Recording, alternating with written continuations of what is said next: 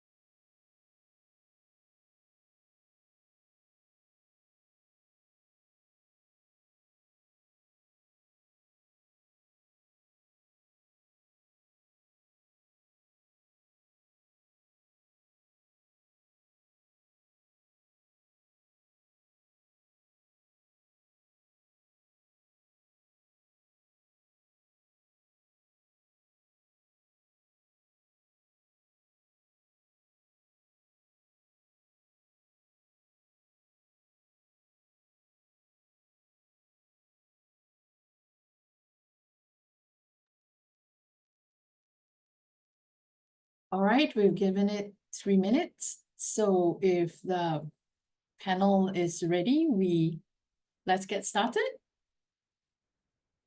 Cool. Okay. Welcome everyone to today's webinar. In today's fast-evolving landscape, consumers are navigating financial pressures while making critical choices about their everyday essentials. This session will decode the evolving consumer mindset, offering key insights into how purchasing behavior is transforming across FMCG categories. We'll explore the key segments driving change and uncover how businesses can align with these shifting priorities to stay ahead. I'm Marie, and I head marketing communications for the Y&S Group. It's my pleasure to introduce our panel of experts who bring a wealth of experience in market research, strategies, and business expansion across the Asia-Pacific region. First, we have Japnit Singh. He is our Chief Operating Officer who has over 20 years of experience in market analytics and go-to-market strategies, supporting Fortune 500 companies and SMEs worldwide. Next, we welcome Jeffrey Bahar, also our Chief Operating Officer, Head of Y&S Indonesia. He has over 2 decades of experience in market research, helping businesses with data-driven strategies for growth. From Malaysia, we have Arslan Ashraf. He is a seasoned expert in turning data into actionable insights. And from Japan, we have COO Takayama, a specialist in business revitalization, cross-border M&A, and global strategy. Leading our Vietnam research team is Nguyen, an expert in business development and market analysis. Representing Thailand, we have Tawikarn Kingthong, our general manager there. He specializes in M&A, joint ventures, and market expansion for international businesses entering Thailand. Together, This powerhouse panel will share their expertise to help you navigate trends and business growth strategies. Now I hand over to Japnit, who will explain why this report is so timely and important and what we want to achieve at this webinar. Thank you, Marie. Before I start off, I wanted to just give a shout out and a thank you to Dynata, who's been our partner for this particular survey. We were motivated to do this study because we were seeing a lot of uncertainty in the market. The last 2 years have been full of chaos. On one side, you've had some concerning trends like, well, the anticipation of Trump created a lot of uncertainty. We've been living in an environment of a lot of inflation, rising food costs, rising costs. This has also been an environment of conflict with a lot of wars in the Middle East, Ukraine. Hopefully, some of that is coming to an end. Let's see. And there have been a lot of technological disruptions as well. So you've got all these things that have been creating anxiety in the minds of consumers. But on the other side, there is the COVID recovery that is now really coming to mainstream, especially in the travel tourism sector. We're seeing that recovery. Economic growth is positive across the region. This region is one of the faster growing regions in the entire world. We still see a very healthy and robust middle class that is, again, increasing in prosperity. And the rise of the digital consumer.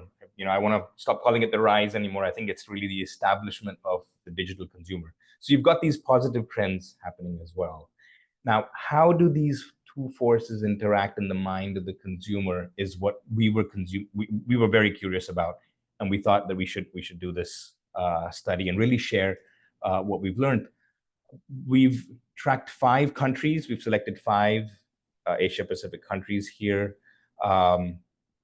and we've asked questions of about 15 categories. Arslan will go into that, but the data that we've got today is really incredible because it gives us the ability to deep dive per sector, per country. Now, we might not have time today to do that, but I wanted to just emphasize that we've got very, very powerful data, and what we're sharing today is going to be really the tip of the iceberg. Now, before I hand over to Arslan, who will be sharing the findings, I wanted to just, for those that are unfamiliar with us, just give you a very quick introduction on who we are.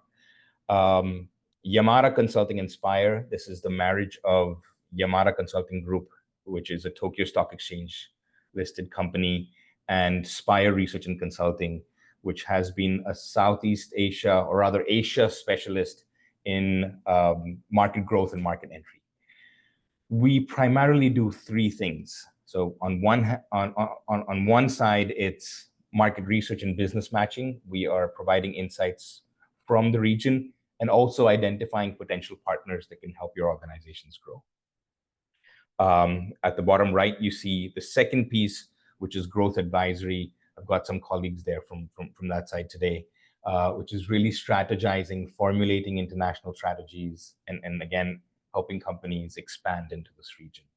And then the third one, which is sort of flows very nicely into the mix, is M&A advisory. Now, a lot of times our clients see the opportunity that we're pointing out to them, are interested in growing the business, and we're hand-holding them there, but then they're also looking for partners. Inorganic growth is really a huge opportunity in this region. And that brings us to the M&A advisory. So it's really these 3, interlocking of these 3 things that is our baby, if I can call it that, is really our expertise. We have offices across the region. Asia Pacific is really home turf for us, and you'll see that on the map here. All of the major markets, we've got our local teams present. Big welcome to everyone from the various offices here today. So that's us. I know you're all eager to understand what the report has been about and what we found. So I'm going to hand over to Arslan, who's been leading the research, to share his findings. Over to you. Yeah, thank you very much, Japnit. Once again, a very warm welcome to everyone to our presentation about the APAC Trend Spotter study. As Japnit was mentioning, that we are we have conducted this project across 5 APAC countries: Indonesia, Malaysia, Thailand, Vietnam, and Japan.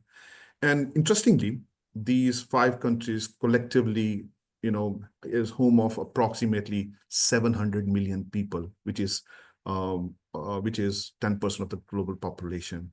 But at the same time, they contribute approximately $8 trillion to the global output, which is 8% of the global GDP. And that makes them pretty significant. And that's why Japnit was mentioning that there is a lot of focus. But above all, these markets are actually growing, which is a more scary thing in today's world. We are projecting that these markets will have their GDP growth in the range of mid-single digit for the next 4 to 5 years. So essentially, that makes these markets very, very critical for global, regional, and local brands. So in order to demystify the emerging trends in these 5 countries, and which could be replicated to other Southeast Asian countries also, we have spoken with 2,500 consumers with the help of our panel partners, Dynata. And as Japnit mentioned, that we have covered around 15 categories, from journal groceries to personal well-being to pet food and baby food. So therefore, there is a lot of information which has been gathered, and we have triangulated all that information to come up with some insights to answer 3 fundamental questions. So the first question which we are trying to answer through this research is that we want to find out, are there commonalities between financially affluent and financially constrained consumers, and where their their spend gets divergent. So therefore, commonalities and divergences between the financially affluent and the financially constrained consumers. The second thing is that consumers are adjusting their consumption pattern in the light of their financial situation. So there are categories where they are going to spend more, and there are categories where they are going to optimize their consumption. So we want to understand that how this will vary across categories and across countries. And third thing, which is also very critical for everyone, is that which segment of the consumers are going to actually drive the growth, next phase of the growth. So these are the 3 fundamental questions which we have tried to answer through this research. Now, on this slide, I think a very critical insight is being highlighted, and that is that we see that the recovery in APAC is fragmented, which means that it's more like a K-type recovery, which shows that there are segments of the consumers who are now financially better off versus a couple of years ago, and therefore they are accumulating more affluence and more wealth, whereas at the same time, there is another big segment of the consumers which is now facing more financial constraint and pressure, and therefore they are scaling back. So that trend is currently present across the board in APAC. However, if we just do some granular analysis, we see that the consumers in Indonesia and Vietnam, they are feeling more confident. They feel that they are now relatively better off versus 2 years ago, and therefore they are inclined to spend more. Whereas on the other hand, consumers in Thailand and in Japan are feeling more financial pressure. Whereas if we look at Malaysia, it's somewhere in between these 2 broader categories of the countries, like Indonesia and Vietnam on one hand, and Thailand and Japan on the other hand. In Malaysia is somewhere in between. So what is the implication of this? This means that on the one hand, the brands and the strategic planners, they have the opportunity to introduce premium products, premium brands to satisfy the needs of those, growing affluent class. But on the other hand, they have to come up with targeted, affordable solutions for that segment of the consumer, which is now feeling the pinch. Yeah. So that's and if you look at the overall level, we see that financially affluent and financially constrained consumers, they are almost splitting the market, although the financially affluent are actually indexing a little bit higher. So that's the overall situation. And this is something which is very, very critical and have very impactful meaning for our brands going forward. And I think that this situation is going to prevail for another couple of years going forward. In order to analyze further, we have actually deep dive into the financial affluent segment, and we actually try to see that what are they doing with this additional money they are getting. And it looks like that they are having a very cautious balance between two things. On the one hand, they wanted to have financial security, and on the other hand, they wanted to have their aspirational spend. So what we have seen is that approximately 60% of those financially affluent segment mentioned that they are trying to save more for the rainy days. And we see that this is a higher trend in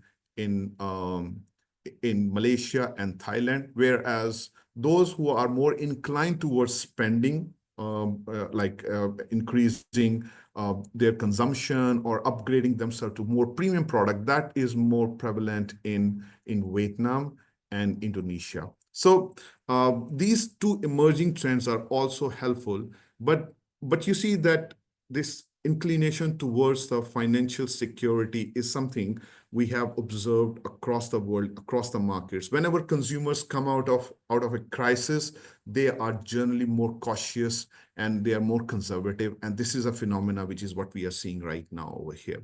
So for the marketeers and for the brand, there is a big opportunity to introduce more premium options to these consumers.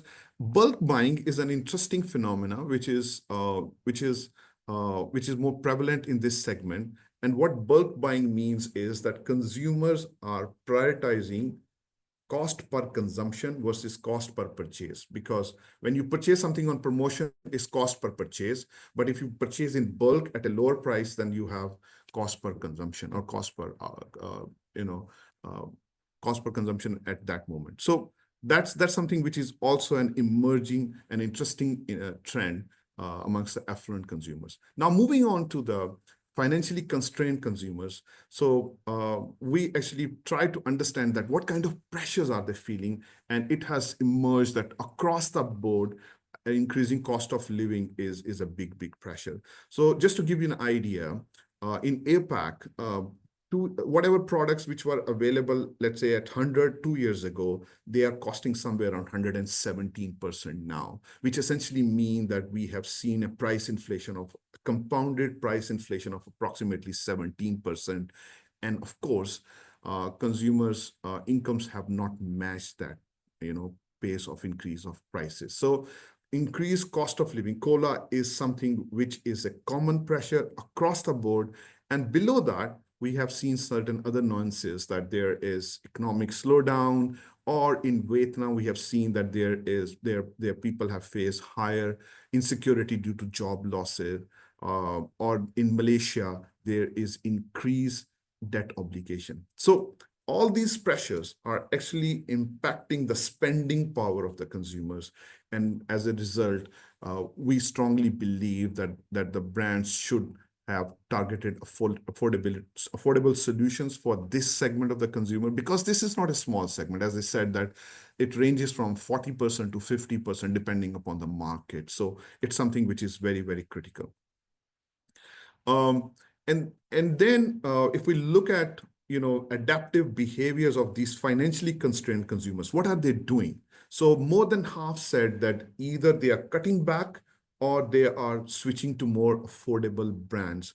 And those who are cutting back, they are either reducing their consumption of certain categories, or they are completely exiting certain categories. And we see that this cutting back phenomenon is more prevalent in Malaysia, Indonesia, and Thailand, whereas switching to the affordable brands is more prevalent in Malaysia, Indonesia, and Japan.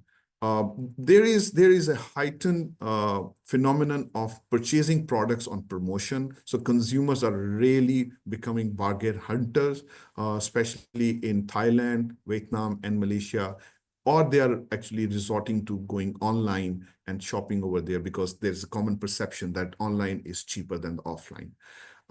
Japan, interestingly, consumers are relying a lot on bulk buying, whereas in Indonesia, we saw that there is a segment of consumer who are actually downsizing their pack sizes. So all of these things have implications for our brand. So where we see that, consumers are downsizing, probably we need to introduce more affordable, more, consumer-friendly brands, or we have to see that how can we route our products through the online channels to minimize the intermediary cost and save on that front. Okay, so with this, it's very critical to understand that what are the brand selection or product selection criteria. So across the board, we have seen that product quality is something which is the most important criteria, followed by the cost. However, when we have analyzed this by the two segments, which I just described, financially affluent and financially constrained, naturally, the product quality is more important for the financially affluent, whereas cost takes the more bigger driving seat for the more financially constrained consumers. Besides these two factors, we also see a plethora of factors such as health and safety, which is more prevalent in Vietnam and Indonesia, or brand reputation, which is something quite significant in Indonesia, and emerging brand selection criteria is the online recommendation or the reviews from the influencers. And I think this is something which you will hear me time and again during the course of this presentation, that this is something which is becoming more and more important for certain segments of the consumer. And I will try to explain that a little bit more once I get to the segmentation part. When we try to see that where there is potential for the premiumization. So the thing which we asked the consumers was, and this was asked to everyone, that, for what kind of brand or product you are willing to pay price premium. And first, the question was, how much would you be willing to pay? So we have this interesting thing coming out that, generally speaking, consumers are willing to pay price premium in tune of 15 to 18%. Yeah, that's the window which we have seen that consumers are willing to pay. However, it depends that, what kind of brand is asking for that. So, for example, in Indonesia and to a certain extent in Thailand also, consumers are willing to pay 18% premium for sustainable and local brands. So that local authenticity is something which is an important mantra to win in Indonesia market. Whereas we have seen that in Vietnam, there is more appetite for, let's say, premium brands. So consumers want to really pay premium for premium brands. Interestingly, we saw that innovation is not coming up that strongly. Probably one implication is that innovation is expected to be as a hygiene factor. Therefore, consumers are also looking for certain innovation coming from the brands. And then another aspect is, and this is something which we have been extensively discussing, the climate concern and to what extent consumers are aware of it, and at the same time, they are willing to pay premium for more sustainable products. So the good part is that we see that awareness is on rise as far as the climate concerns are concerned in Asia Pacific. However, there is still a long way to go that it become an integral part of the purchase decision-making criteria. So far, we see that approximately 1/3 of the consumers, they are saying that they frequently consider eco-friendly products when they are making a purchase. The takeaway from this slide for the brands is that they have to marry the sustainability and climate with practicality and functional benefits of the product. So I think our especially the global brands are facing this challenge that they have to focus on sustainability, but at the same time the market is not completely on board in terms of paying premium for that. So it has to be a good mixture of climate friendly as well as functionality. So that's basically our understanding from this study from across the markets. Yeah. Now I think we have now established pretty well that one size fit all strategy is not effective because of these divergent trends and because of these granular segments of consumers which we have seen so far. So what we have done is that we have used a very sophisticated multidimensional robust approach to segment the consumers, to identify the hidden patterns about their behavior, about their consumption, and then group them into certain similar segments which could be used for the targeted marketing, and where brands can have the optimal positioning, and they can figure out like how can we drive growth with those segments of consumer.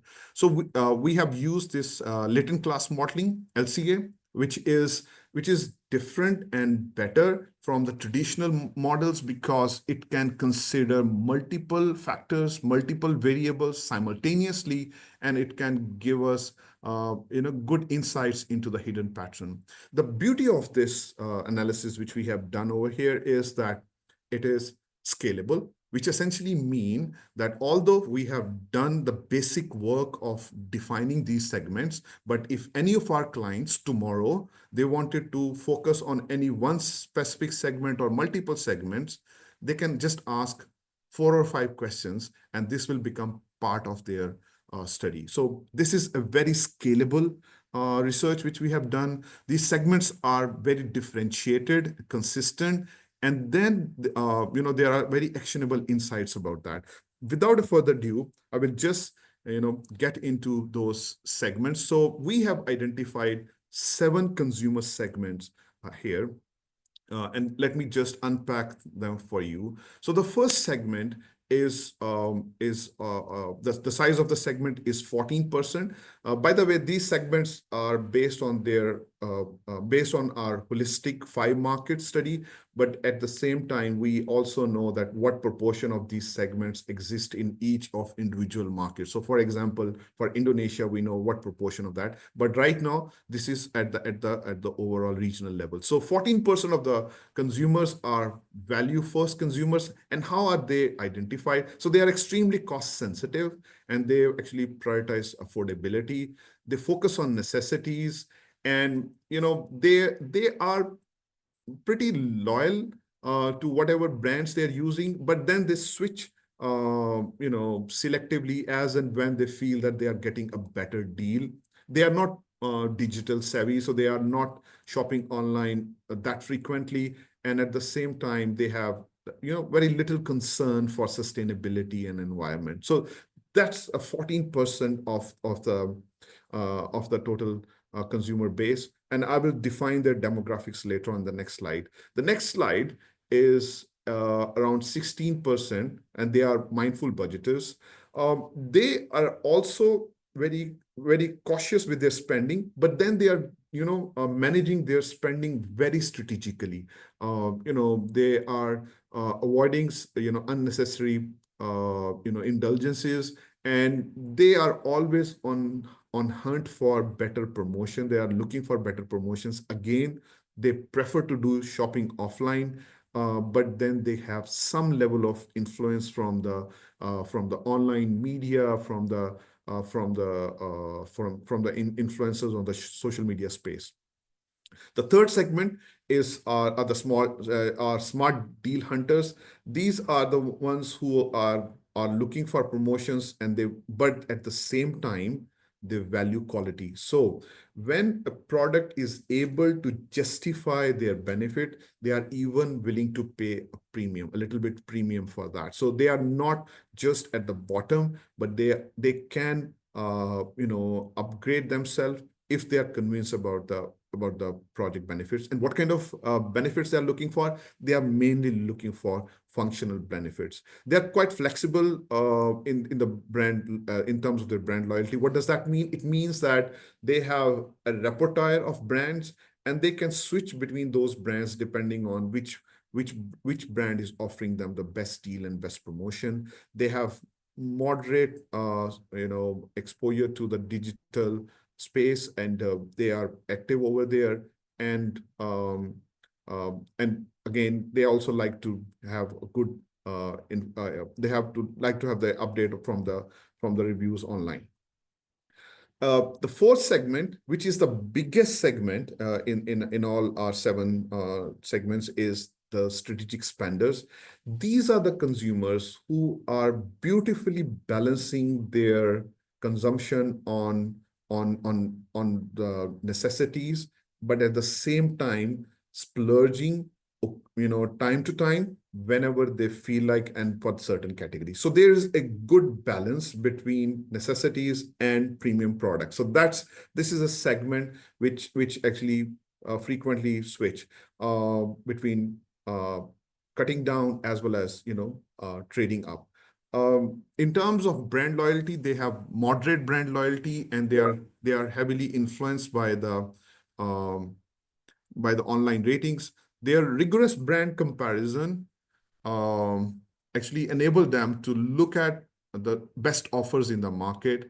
And as I said earlier, that they like they like to have practical benefits, and when they are looking at the benefits, they are actually seeing that it is going to satisfy their basic needs, and they have little emotional brand affinity. So that's something which makes them very rational consumers. The fifth one is highly digitally engaged, and they are active online, and they rely a lot on the wisdom of the crowd, which means that they consult others in the social media space, they consult the influencers, and then they make their purchase decisions. They are impulsive, so at times in terms of their decision making, but again, their inclination towards environment is not that evolved, but then they are willing to pay premium for sustainable brand. That's an interesting phenomena for this segment, that they are less concerned about environment, but then they want to pay premium for the sustainable brands, and that's more like a social status seekers kind of segment. And then we have 2 elite segments. One is the elite experimenters, and they are more focused on innovation and quality. They want to have a seamless integration of omni-channel, which means O2O, like online to offline. They are concerned about environment and willing to pay price premium. They are loyal to high-end brands, and then they are experimenting, which essentially means that they will switch their brands also. So what we have seen as a common thread is that brand loyalty is somehow on, if I may say, on deathbed. It is diluting. We don't see that those hardcore brand loyal people are existing in the market. Actually, people are conveniently changing their brands. And as I said earlier, that generally they have a brand repertoire, maybe similar brands, and they actually switch between them whenever they feel like that the brand is giving them a better value and option. So the last segment is affluent, concern affluent. So they are basically status driven. They feel that the brands which they carry should be reflecting on them. So therefore, they are extra conscious about the premium brands. They are looking for luxury and focusing on prestige. They have a good moderate digital savviness. And then they are evangelists when it comes to sustainability and ethnic buying. So they are very, very concerned about that. And last but not the least, that they have big sensitivity towards health and safety. So these are the 7 segments. I will just spend a few more minutes in terms of defining their demographic profile. So first 2 segments, they are financially worse off. So the segment 1, value first consumers, they are financially much worse off versus 2 years ago. They are in 40s, whereas the mindful budgeters are in 30s. Equal split between male and female. They belong to middle, low, and low income group, and they're skewed towards Indonesia, Vietnam, and Japan. When I say skew, it means like they are present in other countries also, but then their presence in these specific markets is above average. So the first segment is mainly single, but they live in a multi-generational household, whereas the second segment is a married without kids. So these are the demographic profile of the segment. The third one, they are financially more stable versus 2 years ago. So they probably have just come out of that, financial pressure, and now they are little bit more stable, predominantly male, and they are present across 3 markets: Indonesia, Japan, and Malaysia, and they're mostly single. Strategic spenders, as I said, that's the biggest segment. Interestingly, in terms of age, they are on the 2 different sides of the spectrum. So either they are very young or they are a bit more mature. In terms of income group, they are present across the income groups. Again, the skewed towards Japan, Indonesia, and Malaysia, and they are married with kids. Connected shoppers, as I said, that they are highly, digital savvy. They are basically Generation Z. They are mid to lower income group, skewed towards Indonesia and Vietnam, single. Elite experimenters, again, they are better off financially, and they are more predominantly female, and at the same time, they are also married with kids. And lastly, conscious affluent, they are much better off financially, 25 to 40 years, Generation Y, as well as upper income groups, and skewed towards Vietnam, Indonesia, and Thailand, and they are married with kids. So these are the profile of these 7 segments, which I just highlighted. Due to the paucity of the time, I won't have the opportunity to deep dive into each one of them, but just to, showcase, their specific behavior, I will talk about a few of these in more detail. So let's look at the purchase, decision criteria. As you can see over here, that this is something which we saw earlier also, that the product quality is the most important criteria. But when you look at across this 7 segment, it emerges that product quality actually its importance vary across the segments significantly. So you can see that on the one hand, it is very important for the elite experimenters, but on the other hand, it is coming at a 4th place for connected shoppers or the first-time consumers. On the other hand, if you look at connected shoppers, you will see that for them, online recommendations and reviews is the number 1 selection criteria. So they just go by whatever people are saying online. At the same time, cost is extremely important for mindful budgeters, as well as smart deal hunters and the strategic spenders. So you can see that the variation within this segment in terms of the purchase selection criteria. And this can also help us to, refine our positioning of our brands to these specific segments. So if we are talking with the connected shoppers, then essentially it means that we have to create content for them to visit it and discover the brand online and at a certain social media platform. So very important, implications for the brands depending on the segment they are targeting. And this is in continuation of our discussion that, willingness to pay price premium. So what we have done over here is that we have taken two variables. First one is that how much consumers have concern for the climate. This is along the x-axis, and along the y-axis we have taken the willingness to pay price premium. So these are the two variables, and based on that we have seen that the people who are on the top right box, they are evangelists. So they are extremely concerned about environment and they wanted to pay money for that also. So they are evangelists. On the bottom right, there are skeptics who are, have climate concern, but they don't want to pay money for that.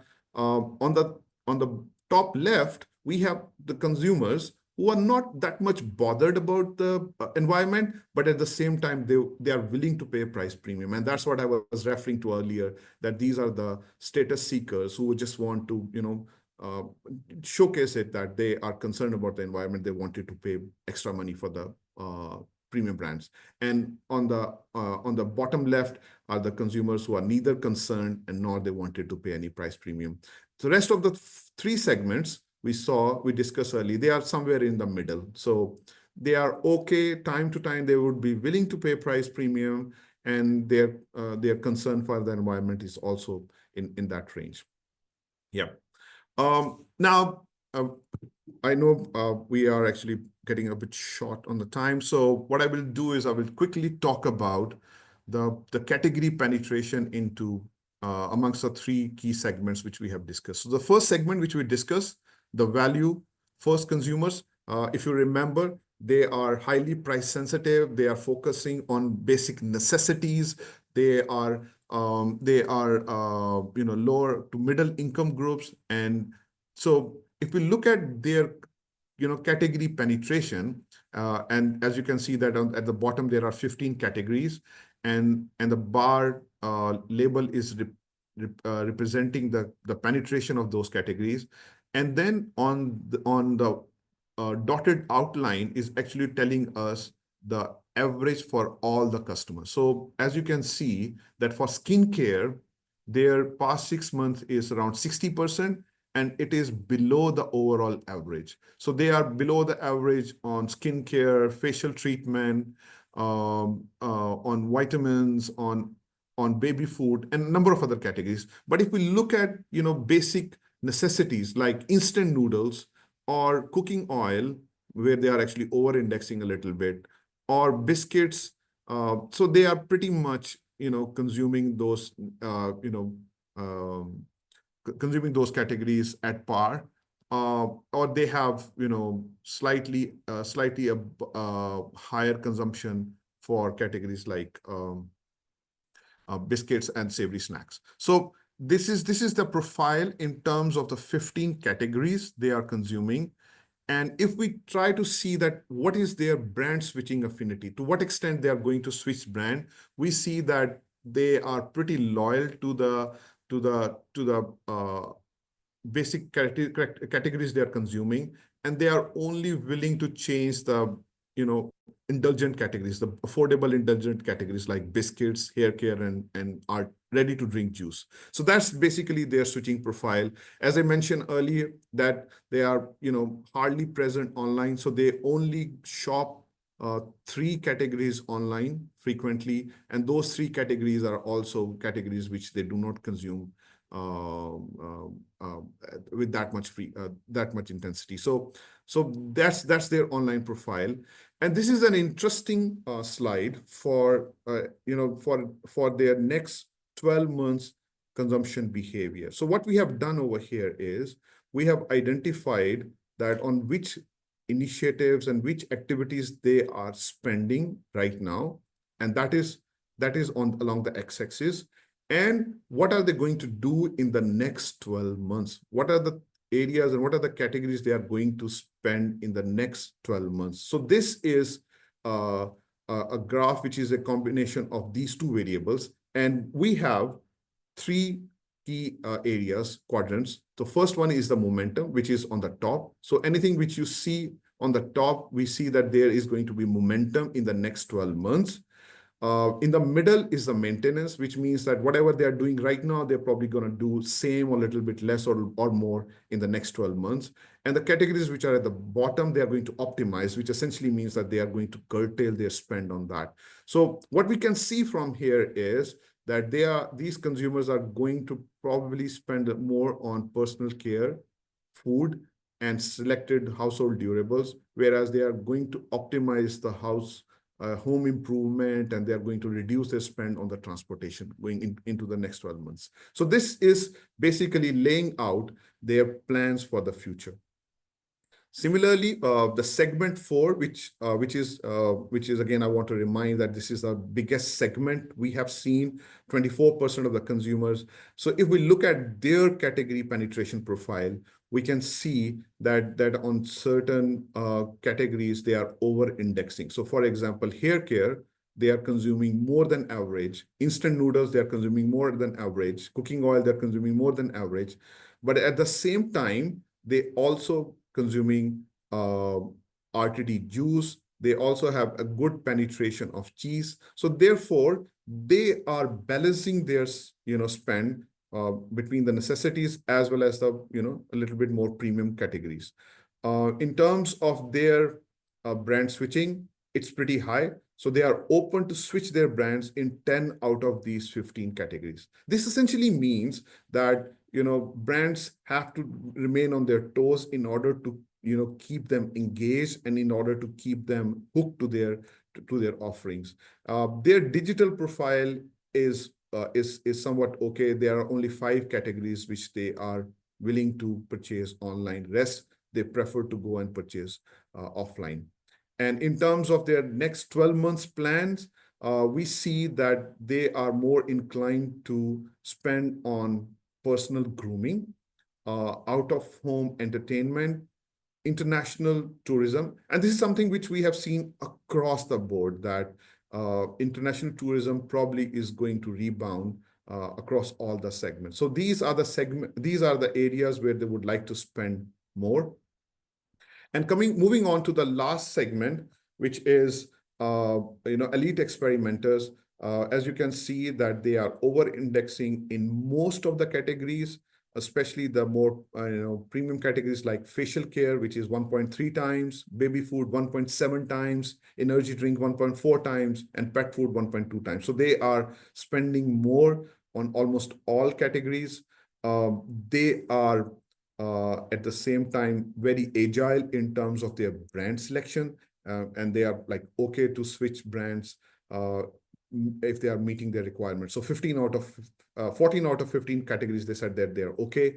And then they want extreme harmonization in terms of online and offline sales distribution. So they are very, very peculiar about that. And they wanted to see the brands which they can see online also available in offline, and therefore they can make purchases on that front. So these are the insights about different segments. As I said that because of the paucity of the time, I won't be able to dive into these specific nuances in more detail, although we have that data available, and we will be very happy and willing to have conversations post this webinar with respect to these categories and these segments.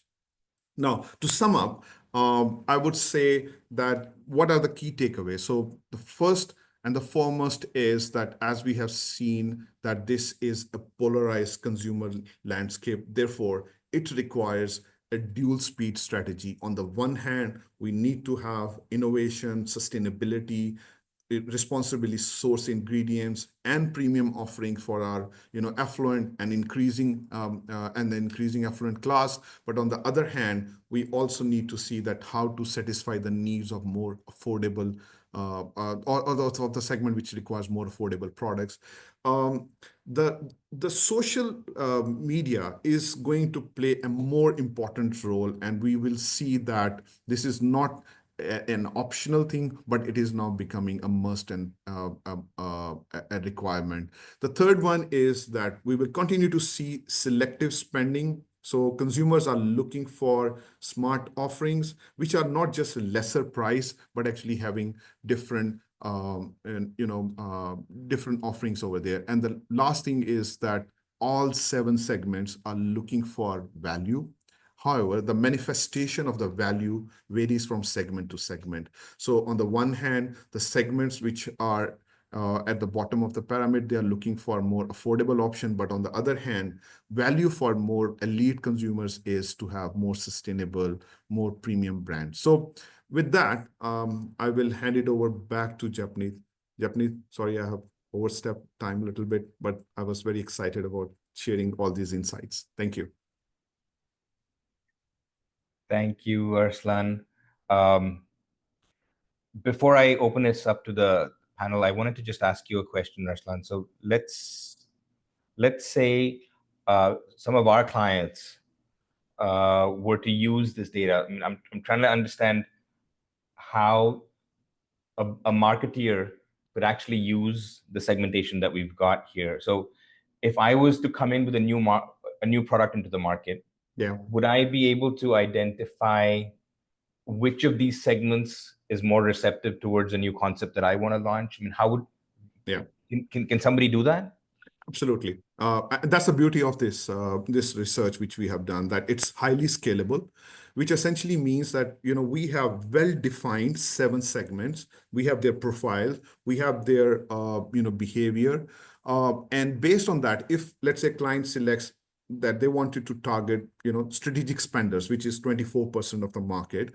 So we essentially, what we will do is that we will give them 4 or 5 questions in their own concept testing project, and they can figure out that how strategic spenders are actually responding to their innovation or to their new product ideas. So that's why I said that this is very scalable.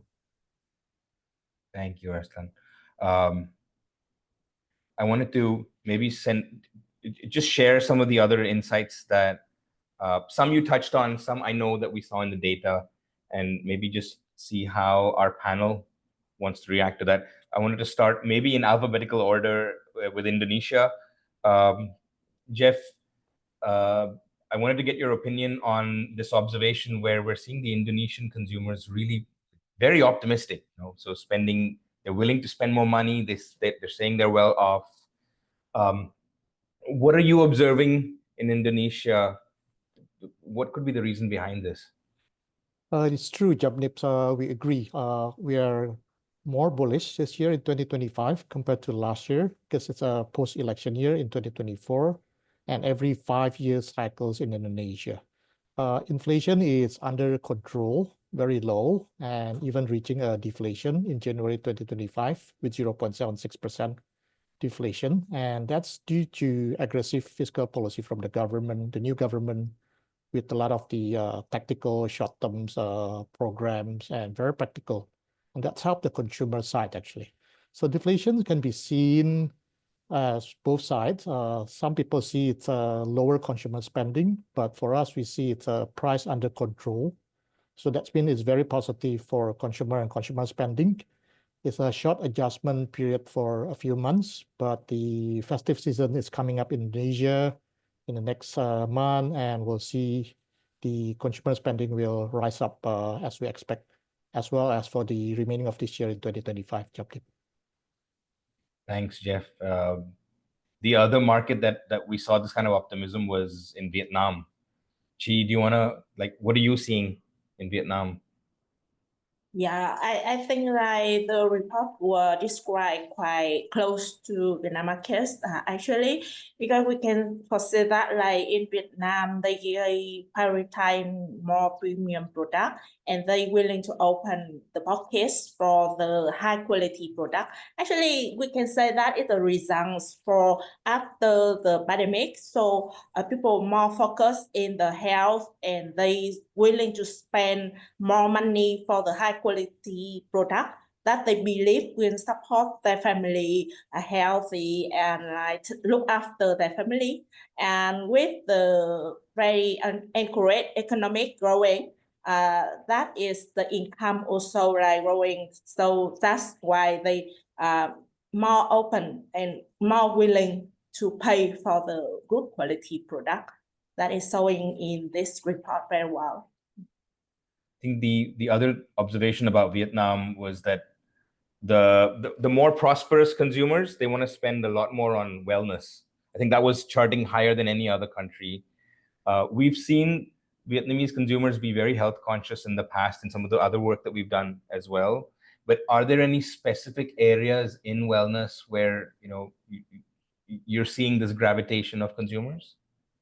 Actually, like beside of the FMCG, we can foresee that Vietnamese consumer, they also spend a lot of money into do the personal training, and so like add on for that is like the supplemental is one of the category is like getting a lot of attention from Vietnam consumer recently. So like all the FMCG product, which is like showing that they are improving the quality of the product and providing more quality and health constraints into their product or branding is getting a lot of attention from Vietnamese consumers. Okay, thank you, Chi. So that's the good news. I wanted to turn the table and maybe talk about the markets that were a little bit more suppressed. So maybe Takayama-san, Tawi-san, both in Japan and Thailand, we didn't see that excitement. We saw people wanting to cut down. Japan, the willingness to pay extra was very low. In fact, one of the lowest. So maybe to start off with Takayama-san, are you seeing that in the market as well? Is there anything that, that you can add more insight to why the Japanese consumers are so conservative? Okay. I think there are several key factors contributing to this Japanese conservative spending behavior. First, it's a cultural aspect. Japanese consumers are generally very risk-averse, especially when compared to those in other Asian countries. And this cautious spending approach is deeply rooted in Japanese culture already. And secondly, the economy plays a significant role. Yeah. Japan has faced long periods of economic stagnation and deflation, leading to a cautious approach to spending. But now the inflation has occurred, so I expect the consumer attitude to improve in the near future. And regarding the paying for premium, regarding sustainable brand, to be honest, I was a little bit surprised at the results. Because in general, Japanese people like eco-friendly products very much. As a background to this, we need to understand Japan has a long history with nature. Traditionally, we place great value on nature and take care of it very much. So I think we place more value on behaviors like recycling, reducing, and reusing. I think this background contributed to reluctance behaviors. So could it be that the Japanese consumers are thinking, I'm already doing so much and I'm already in harmony with the environment. Why do I have to pay extra now for something that's, Yeah, I think so. That's positioned as more sustainable. That makes sense. Tawikarn, what's happening in Thailand? So my expectation in Thailand was, tourism's booming, all the tourists are back, and that's a huge part of the economy. So there should be this optimism. The party should be on, but we don't quite see that as much as we saw in Indonesia and Vietnam. Okay, for Thailand, I mean, since the COVID hit Thailand, I mean, we need to understand that the middle class and lower income in Thailand comprise of more than 90% in Thailand. And after the COVID hit Thailand, I mean, the middle class, they lose their job, their salary decrease, they have the financial constraint, and then they turn to the financial loan, both legal and illegal. For the poorer people, they have the household debt of Thailand hit the record high, 95% in 2021, and it has been a problem since then. I mean, now it has decreased to 90%, but most of the middle class and the lower income people, they have a lot of debt. They need to sell house, cars, and something. So that's a problem. And there is the instability of the government in terms of policy. which make it not effective to cope with the consumer spending. Now the tourist is getting better. Like this year, it is expected to reach to 40 millions, and which will generate around 20% of GDP, like the previous level. But I mean, Thai people are very careful because of the financial constraint situation that we have now. We focus on smart spending. We want to buy in bulk. We cut everything that is unnecessary. I mean, I can see. I mean, from the people around me that I'm observing. That's it. Thank you for that. I want to change topics a little bit and talk about sustainability. But before I do that, Arslan, I'm going to ask you to stand in for Malaysia. There's a question that's come up from one of our audience members about the SEZ. So I'm guessing this is from somebody who lives in Singapore, because they're curious about knowing, with this SEZ announced in the southern part of Malaysia, with Singapore's collaboration, do you see this optimism? Because right now Malaysia is sort of in the middle, neither here nor there. But do you see that maybe contributing, at least to the southern part of Malaysia, to some optimism there? Yeah, so let me just unpack this for you, unpack Malaysia for you. So Malaysia, we are actually seeing a cautious approach, which is, there is optimism. It's a bit muted also. And the reason for that is that, like, 2-3 things which are happening. One, government is trying to rationalize the subsidies. So there were subsidies on fuel, subsidies on food, subsidies on electricity, and government is trying to rationalize that. So they have already curtailed the subsidy on electricity. They have taken away subsidy on food, and they are planning to cut down the subsidy on the fuel also. And then ringgit, which is the Malaysian currency, it was at one of its lowest times in the recent years, during the last 2 years, which have also increased the value of the imports and increasing the prices.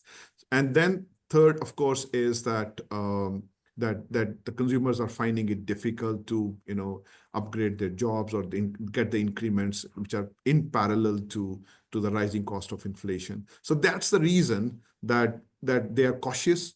They are the optimism is a bit muted. Now, when it comes to this, SEZ in the southern part of Malaysia, I think this is a great initiative, and this is going to help.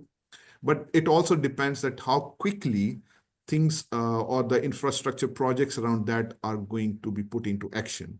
When we are looking at 12 months to 18 months horizon, I think that there will be a lot of things still in the boardrooms and on the drawing board, rather than seeing actual action over there. So I think mid to long term, very optimistic about that, but in short term, I think that may not have that much impact.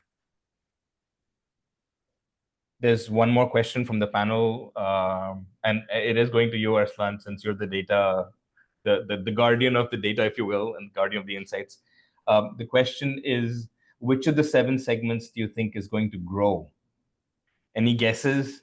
Yeah. And how is that going to be different in different markets? And maybe for that one, I'll invite the different panelists to come in. So I feel that this the cautious strategic spender segment, which is already pretty big, around 24%, I think they will grow. And then we are also seeing that people who are graduating from their lower segment to upper segment, they are moving into their adjacent segment. But I feel that one, which is this strategic spender, and the second one is that connected shopper, because that's a Gen Z. And as Gen Z will accumulate more money, as they will grow older, they are going to live by that social space, which I don't think so is going to go away. So I think growth will be there in probably upper segments, but I feel that there will be accelerated growth in strategic spenders as well as the connected shoppers. Thank you, Arslan. We are running out of time. I know we've got a few more questions coming in from the audience. I want to invite you to please go ahead and write in your questions. If we're not able to get to them in this discussion, we will follow up. we'll send you a note on the panel's responses and on Arslan's response right after this, as we will the video recording as well. But I wanted to just take the last 3 or 4 minutes, I know we're over time, 3 or 4 minutes to talk about sustainability. And that's really become something that's increasingly important amongst the marketeers. The Asian region, compared to everywhere else in the world, has been less environmentally conscious. Well, granted, per capita garbage generation amongst the Asians is also the lowest. So we haven't sort of caught onto that bandwagon just as yet. But it seems to be increasing. Indonesia, you saw the responses, Jeff.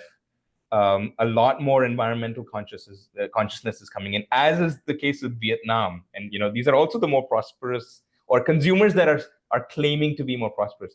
What's going on there? What's your opinion on, are these related, and is this trend real? What do you guys see?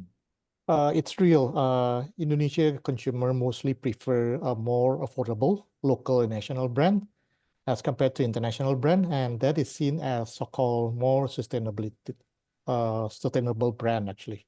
And Arslan has mentioned the social seeker, sustainable segment, brand seeker are looking for green packaging, biodegradable packing, as to show the social status. They are conscious on that. And that's applied to both food and non-food FMCG.